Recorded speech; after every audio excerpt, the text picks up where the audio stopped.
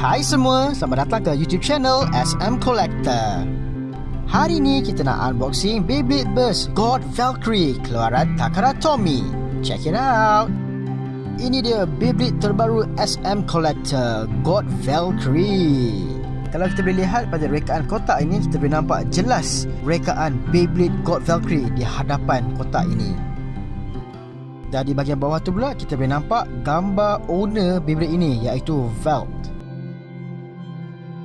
Di bahagian atas ni pula, yang paling penting adalah ini ni, logo Takara Tomy. Logo ini menentukan sama ada produk yang anda beli itu original ataupun bootleg, fake. Sebab sekarang ni kalau anda perasan memang banyak betul mainan Beyblade berada di pasaran. Jadi untuk pastikan produk anda ori atau tidak, kena tengoklah logo Takara Tomy ini.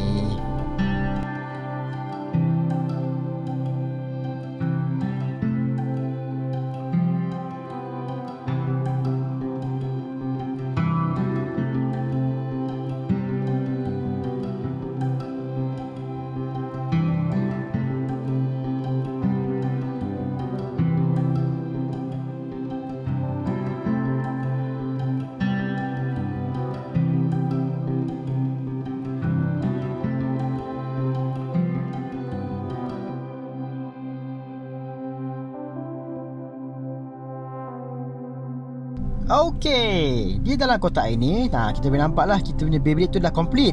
Kita ada dia punya layer, dia punya disc frame, driver dan juga launcher. Bagi yang first time beli Beyblade ni tak perlu risau, sebab dalam box ni pun dia sertakan dengan manual. Jadi sebelum anda pasang Beyblade ni, anda boleh tengok dulu lah manual dia. Dia akan ajar kita cara untuk pasang Beyblade ni. Dan Beyblade ini juga ada stiker dia. Jadi siapa yang rajin tu boleh terus apply lah stiker ni pada Beyblade anda. Tapi bagi SM Collector jarang lah tampal stiker ni, sebab stiker ni dia memang kecil. Jadi nak tampal dekat Beyblade tu perlukan daya fokus yang tinggi.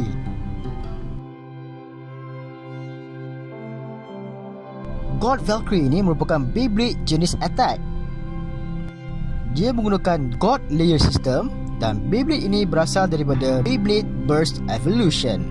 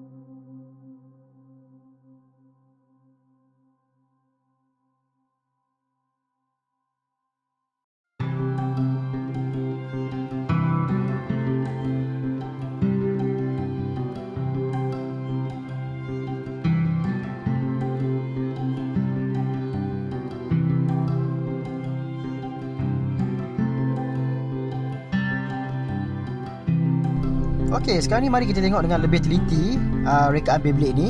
Dia punya layer ni kalau nampak dekat bahagian tepi ni dia ada seperti bentuk feather burung. Untuk dia punya disc, God Valkyrie ni menggunakan disc nombor 6. Kalau anda perasan, disc nombor 6 ni dan juga nombor 7, dia punya rekaan tu lebih kurang. Tetapi disc nombor 6 ni dia ringan.